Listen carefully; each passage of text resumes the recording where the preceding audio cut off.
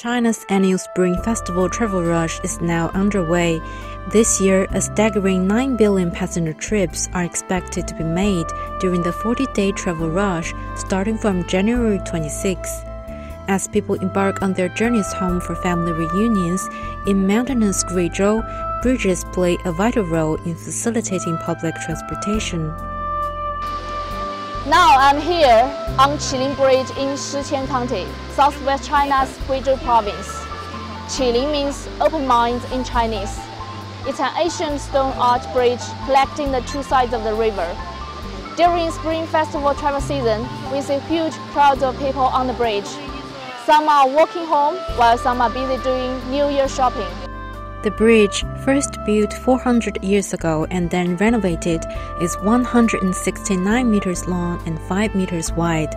都是走路从这个桥经过嘛，主要就是人行通过嘛，汽车不能通过嘛。我每次到这桥头走路经过这老桥，我都要买一点东西回老家看孩子跟父母嘛。每年难得回来一次嘛。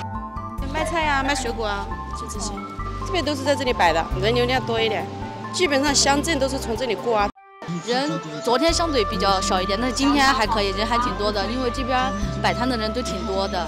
就是这边人，因为今天是赶集嘛，这边人挺多。我们这边卖的是这个我们那边的特产，就黄水粑。就是很出名的，现在因为本地人嘛，那个村都在做这个，